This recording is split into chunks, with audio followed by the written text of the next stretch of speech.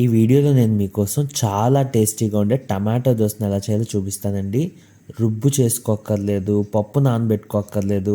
ఈ గంటల గంటల ప్రాసెస్ లేకుండా 10 నిమిషాల్లో టమాటో దోస, దాని కాంబినేషన్లో చట్నీ కూడా చేసేసాను. మీకు కూడా ప్రాసెస్ చూపిస్తాను, చూసి ట్రై చేయండి. చాలా టేస్టీగా ఉంటుంది.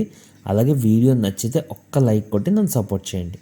ముందుగా ఒక గ్రైండర్ గిన్నె తీసుకోండి. దాంట్లో ఒక కప్పుతో బియ్యం పిండి, దాంట్లోకి సగం కప్పుతో రవ్వ వేసుకోండి.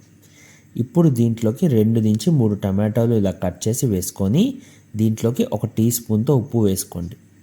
ఇవన్నీ గ్రైండ్ చేసేసి శుభ్రంగా ఒక బౌల్లో వేసుకోవాలి.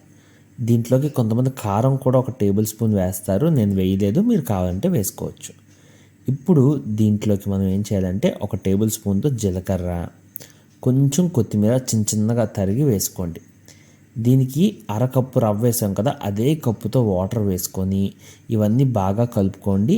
అలాగే సాల్ట్ ఒకసారి చెక్ చేసుకోండి, సరిపోయిందో లేదో, మీ టేస్ట్కి తగినట్టు సరిపోయేలాగా చూసుకొని దీన్ని 15 నిమిషాలు పక్కన పెట్టుకోవాలి.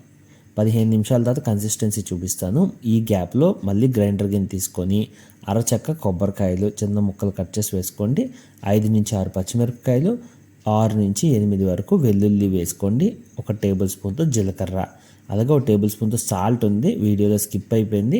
దీన్ని కూడా వేసేసి శుభ్రం గ్రైండ్ చేసి ఒక గిన్నెలో తీసుకొని దీంట్లో తాలింపు వేసేసుకోండి. 2 ఎండుమిరపకాయలు, కరివేపాకు, పోపు దినుసులు ఇవన్నీ కలిపి తాలింపేసి శుభ్రంగా కలిపేయండి. ఇంతకన్నా సింపుల్ చట్నీ మనకి ఎక్కడా ఉండదు. ఇది కొబ్బరి చట్నీ, కానీ చాలా సింపుల్గా చేశాను, కొంతమంది కాంప్లికేటెడ్గా చేస్తారు. ఇప్పుడు ఈ చట్నీ పక్కన పెట్టేసి మనం ఏదైతే బ్యాటర్ చేసుకున్నామో అదొకసారి కన్సిస్టెన్సీ చూసుకోండి. మీకు వీడియోలో చూపిస్తున్న కన్సిస్టెన్సీ రావాలి. ఈ కన్సిస్టెన్సీ వస్తే మీకు 10 దోశలకు సరిపోతుంది. బ్యాటర్ కూడా కరెక్ట్గా 10 నుంచి 12 దోశలకు వస్తుంది. దోశ వేయడం కూడా ఎలాగో చూపిస్తాను చూడండి. నార్మల్ దోశలకు కాదు, ముందు పెనం పెట్టుకోండి, ఒక 2 నిమిషాల పాటు వేడి చేసుకోండి. అంటే దోశ వేయక ముందే పెనం ఆన్ చేసి వేడి చేశాక అప్పుడు ఆయిల్ రాసిన తర్వాత బ్యాటర్ వేసుకోవాలి. ఇది మనకి రెగ్యులర్ దోసపిండిలా ఉండదు కదా ఈ బ్యాటర్. సో మనకి ఏమవుతుందంటే మొత్తం స్ప్రెడ్ అవ్వదు అనమాట. మీకు ఇప్పుడు చూపిస్తాను చూడండి. బ్యాటర్ వేయగానే ఎక్కడ గొంగలు అక్కడలాగా అలా ఉండిపోతుంది. ఇప్పుడు మనం ఆ గ్యాప్స్ ఏదైతే ఉందో దాన్ని క్విక్గా తొందరగా ఇలా వేసుకుని ఫిల్ చేసేసుకోవాలి. అలాగే దీన్ని మనం హై ఫ్లేమ్ మీద చేసుకోవాలి దోశ. నేను నాన్ స్టిక్ చేశాను కదా, నాన్ స్టిక్ చేశాను కాబట్టి ఏం అంటుకోలేదు. మీరు నార్మల్గా చేసినప్పుడు జాగ్రత్తగా చూసి చేసుకోండి.